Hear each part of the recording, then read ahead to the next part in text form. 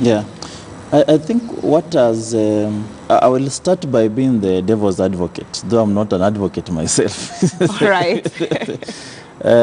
I think what has exacerbated this situation is the failure of this Justice Ojwang to appear before the Judicial Service Commission to answer the allegations that were labeled, before it. And then he fails to attend. I think that is something that is supposed to be, a serious on his part.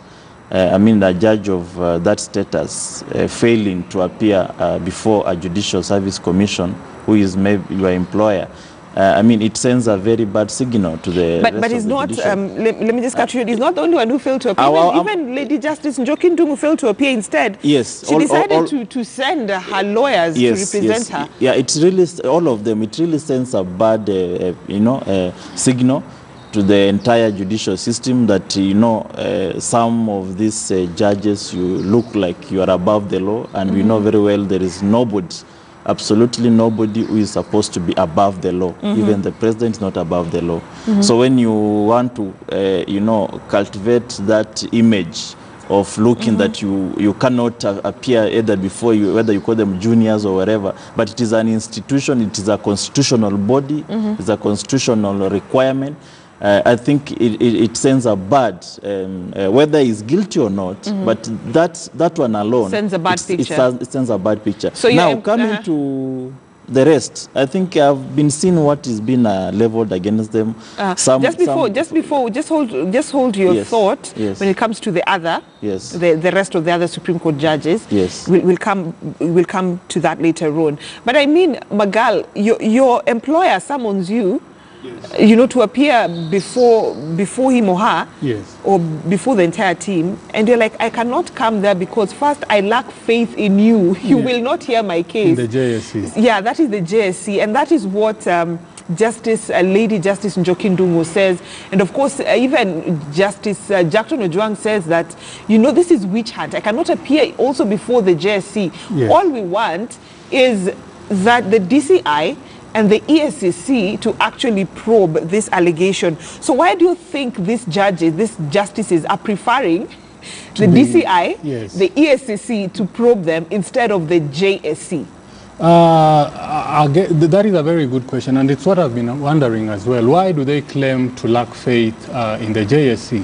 Who is the employer? Yes. And again, it is a constitutionally mandated body charged with that function. And it's supposedly very independent. We know the caliber of people who sit at the JSC is way, way higher than those at the ESCC and the DCI, which begs the question, what really is their motive? Is it that they don't want to face these charges because they are true, or is it true indeed that they lack faith in the JSC?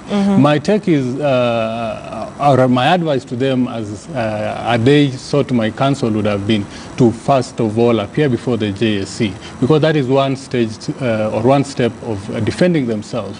They would then have had another chance to defend themselves once and if a tribunal is set up. Calling for ESCC and the DCI to come and investigate, of course they know that is out of order. That would be... but do they really have that option as a lawyer from where you They don't have it. They don't have it. That would be a compromise of the independence and impartiality of the judiciary. The fact the JSC is there to insulate them against whatever they're alleging, whatever allegations they're making against JSC, witch hunt and, other underhand or undermining of the judicial authority. So I really wonder, I question their motive. I would have really liked it if they told us why they lack faith in the JSC. Actually, one of the reasons... Who in particular is it that they think is not independent or is out to get them? Yeah, actually one of the reasons is because they say that even the chair of JSC, and you know who the chair of JSC is, also has integrity issues, questions. And so which begs the question, judges have lost faith in JSC. Is it a matter of let's just amend the constitution and do away with JSC? Because if your employee does not have faith in you as the employer, why would you want to continue being the employer of this employee? Yeah, but really it's not about whether you have faith in the JSC or not. It is a constitutional obligation to appear before it. Whether I do not have faith in the courts and have been taken to court, I have to appear before the court.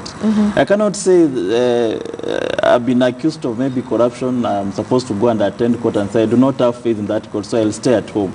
You know, we are really giving a very bad picture of disobeying our constitutional institutions and the commissions that themselves they have passed through. They have actually drawing their salaries courtesy of their mandate. So if for you to come out and just say I'll not appear just because you do not have faith, it's not about you having faith. It is a constitutional obligation to appear, whether you have faith or not. But there is also a recourse. There is, you can come and take an avenue of trying to say I've appeared, but I do not believe in it. I do not. I'll take another angle. I'll appeal. Whatever. There are reprieves in case you think that either the judgment is unfair or the decisions is unfair to you. But appearance is an obligation. You have to appear. You have to appear before your employer.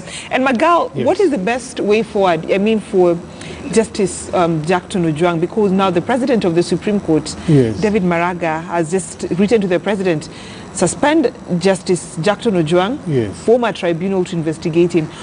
What would have been the best route for Justice Jackson Ojwang to have followed? Like Mheshimiwa says here, and I would like to concur with him, it is obligatory upon him to appear before the JSC. You cannot cherry pick and say, I'm going to appear before this tribunal, I'm not going to appear before this court, I'm not going to appear before this magistrate, I don't like the Chief Justice, so on and so forth. The best approach for him would have been to make his presentations before the JSC. Had the JSC then found that still the allegations warranted further investigation, the matter would have been referred to the president to constitute a tribunal. He would have had another opportunity to defend himself again. Again, if he's dissatisfied with the outcome thereof, he would still have had another chance to appeal to the Supreme Court. Therefore, I think his approach is really questionable. Is it that he really doesn't have a proper defense, or is it really that he lacks faith in an organ that is set up to carry out such an activity? All right. Yes. Let's look at the front page of the Standard newspaper. And the reason as to why I want us to dwell on the Standard newspaper when it comes to this story of justice on trial, it's because the Standard newspaper has actually given a very good breakdown in terms of justice at the front page. It actually says Justice Jackson Ojwang to face tribunal following allegations of graft. We've mentioned that. Then Supreme Court, some Supreme Court judges fighting serious accusations. So 7 Supreme Court judges fighting serious accusation. Only one is left, and this one is said to be clean. And now it goes, I like the way the Standard has put it. It goes down to give us the breakdown in total. 61 complaints against judges. 61 complaints against the judges. That's a huge number. While 75 targets magistrates, another huge number. And then it goes ahead to say 6 petitions against top judges, some bribery claims filed in the past 2 weeks. And some of these bribery claims are filed in the past 2 weeks. These judges are actually the Supreme Court judges, the 6 of them. And I mean, 61 complaints against judges, while 75 target magistrates. A huge number, which begs the question, just how safe are we when we run to the corridors of justice, seeking for justice for cases leveled against us Kenyans? That is an answer that we shall be having after the short commercial break that we are taking right now here on Morning Express, when we are talking about justice on trial for 61 judges, 75 magistrates, and 6 Supreme Court judges.